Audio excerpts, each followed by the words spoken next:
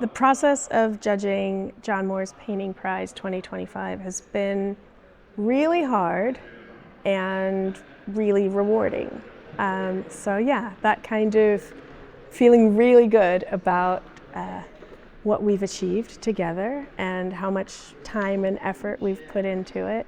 I think people maybe have an impression of a jury being like a simple act of picking and choosing, but we really labor over each painting and really consider things. So it's taken months and months to get to this point.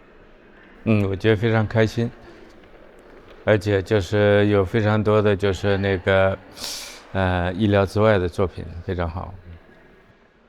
It was a very rigorous process of many parts, but it's been an absolute joy and a pleasure to look at this much incredible contemporary painting. I think for the 71 artists to be selected out of 3,000 is no mean feat, so it's incredible for them. But yeah, I just found it a visual pleasure to sit and see this much engaging work.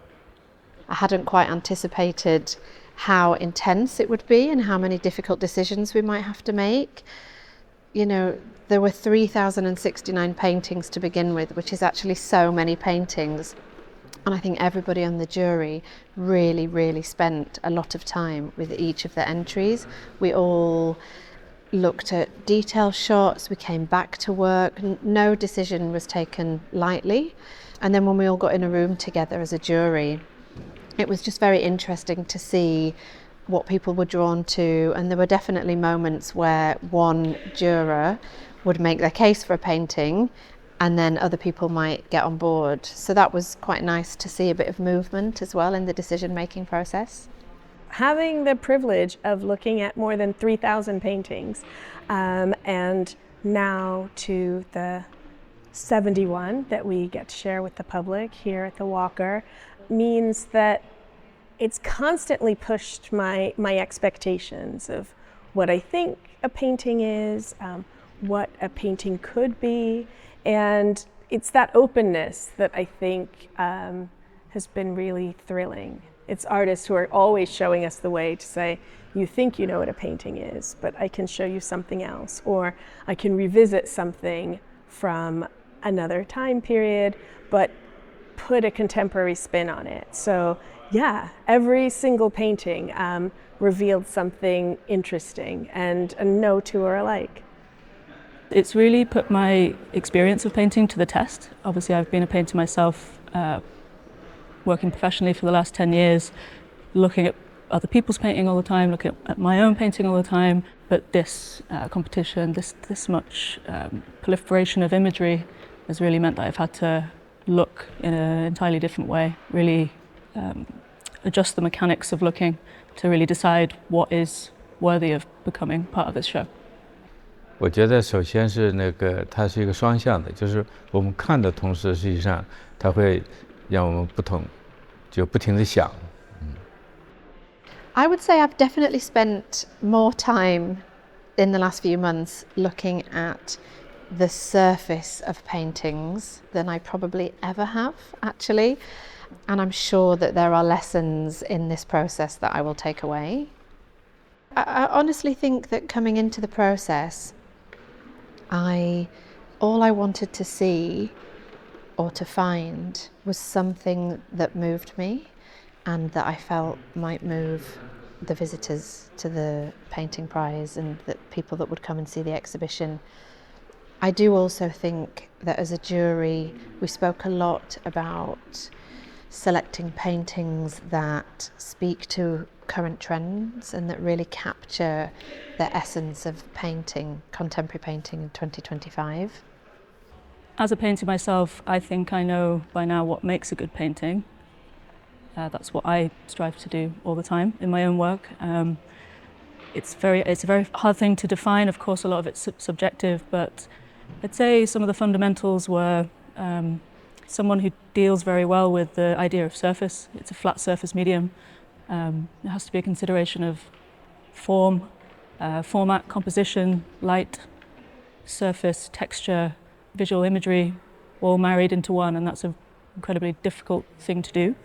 But yeah, I would say every painting in this show has shown us a part of that.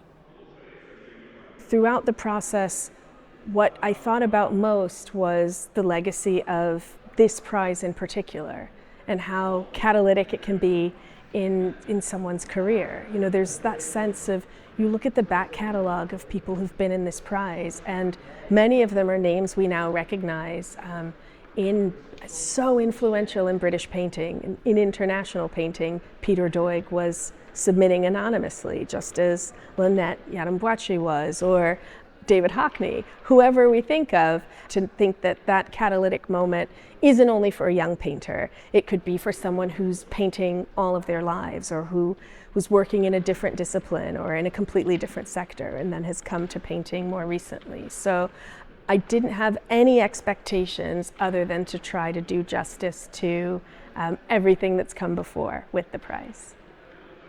最想看到的是，可能是以前就是有一种惊喜的作品。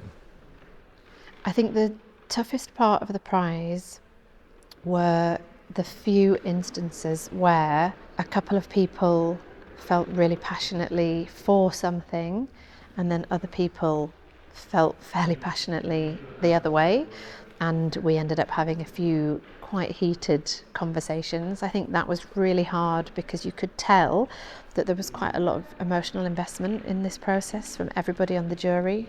You want everyone to feel like their voice has been heard, that we can all be incredibly proud of what we're being shown, and that everybody's been like really carefully listened to. And so hopefully there were times when me pointing something out would be persuasive to my fellow jurors, but I also can say honestly that there were a number of times where something that one of the other jurors said persuaded me. And the benefit is that the majority of jurors are themselves painters, so we were constantly learning from each other. 好的作品跟我们就是一种以往认为好的作品。Probably the difference between seeing something online, a painting online, and then seeing it in person. There's no getting around the fact that a painting in person has a totally different aura to it. And when the judging process did move to that stage of seeing things physically, a lot shifted and a lot changed, and some things which we didn't think were going to make the show actually did, and that was fantastic to have that experience. One of the hardest bits was narrowing down from about 200 to 70-ish, give or take, because we'd got the kind of big shortlist contained a lot of really brilliant paintings, and I think in many ways we would have all quite liked to put all of that 200 and however many into the show, but we just couldn't, so that was really challenging. I hate using the phrase now more than ever, because I feel like after COVID that just became the phrase for everything. But when we think of the lack of resource and access to art, and to who gets to call themselves an artist, from the perspective of race, of class, of age, any number of barriers that we might individually be facing, I think a prize that is truly democratic, where there's an open call, everyone is welcome to apply, they're judged by the one painting, we don't know who it is, and we legitimately don't know who it is, and we take the anonymity of assessing the painting as a painting really, really seriously, feels like an important way of saying that, you know what, there is still a point of not only access for people to be painters and to have their work shown and shared and seen, but also it's a more fundamental thing about saying that we all have a right to painting, you know, that it's not only for a few people, it's for all of us. Oh, it's really such an important prize. I mean, I've been coming to see the John Moores since I started art school in 2015 in Manchester. It's been this kind of beacon of hope for emerging painters across the UK. I think particularly in the north, though, I would say. It's so important because painting is often not shown anymore in museums. There's There's been a kind of shift, I think, away from it at an institutional level for quite some time. And to have such a lucrative prize that rivals the Turner Prize and have that specific for painting, I think is so important and should continue for as long as possible. I think this is a really important prize because opportunities for artists, all artists, are few and far between at the moment. The landscape for artists in the UK is getting worse in terms of funding opportunities and access to public funding. So to have a prize like this that not only offers opportunity to artists at all different career stages, different ages, but also, I would say, signals trends in paintings. People take this prize really seriously and they will look to it to identify new talent, new voices, and to think about what is being said in contemporary painting right now. And that feels really exciting.